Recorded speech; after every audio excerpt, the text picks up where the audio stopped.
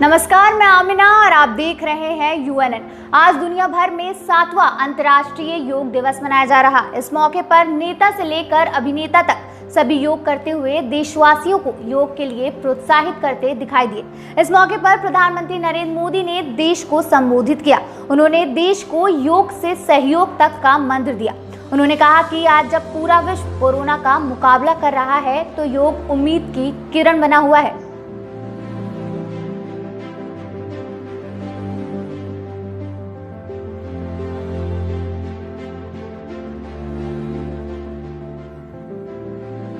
साथियों, गीता में कहा गया है,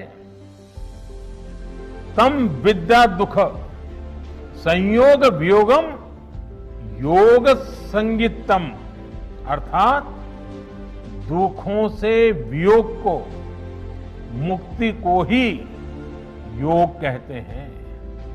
सबको साथ लेकर चलने वाली मानवता की ये योग यात्रा हमें ऐसे ही अनवरत आगे बढ़ा दी है। चाहे कोई भी स्थान हो, कोई भी परिस्थिति हो, कोई भी आयु हो, हर एक के लिए योग के पास कोई न कोई समाधान जरूर है। आज विश्व में योग के प्रति जिज्ञासा रखने वालों की संख्या बहुत बढ़ रही है। देश विदेश में योग प्रतिष्ठानों की संख्या में भी वृद्धि हो रही है।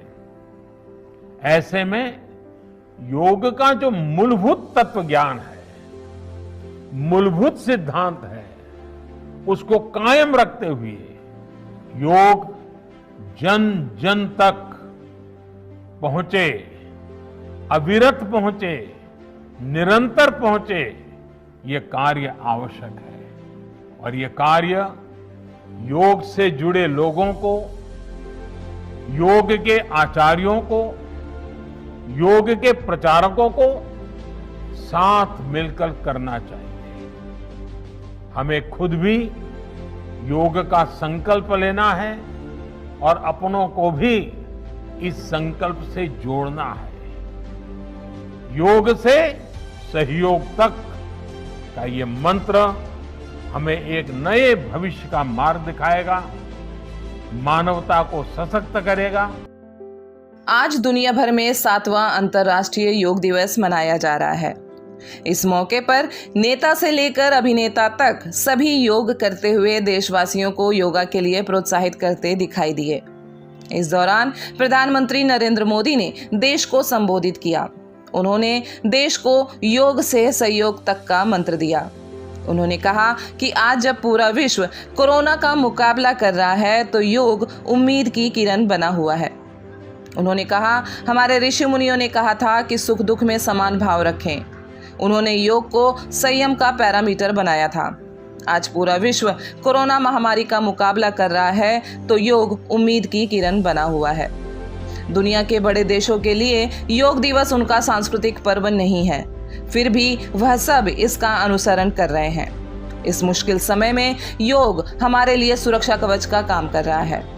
उन्होंने योग की कुछ बातें बताई कि किस तरह योग आपको मजबूत करता है। पीएम मोदी ने बताया कि योग आप में संयम और अनुशासन लाता है, जो आपके आत्मबल को बढ़ाता है। अनुलोम विलोम से श्वसन तंत्र को कितनी ताकत मिलती है, यह दुनिया के विशेषज्ञ बता रहे हैं।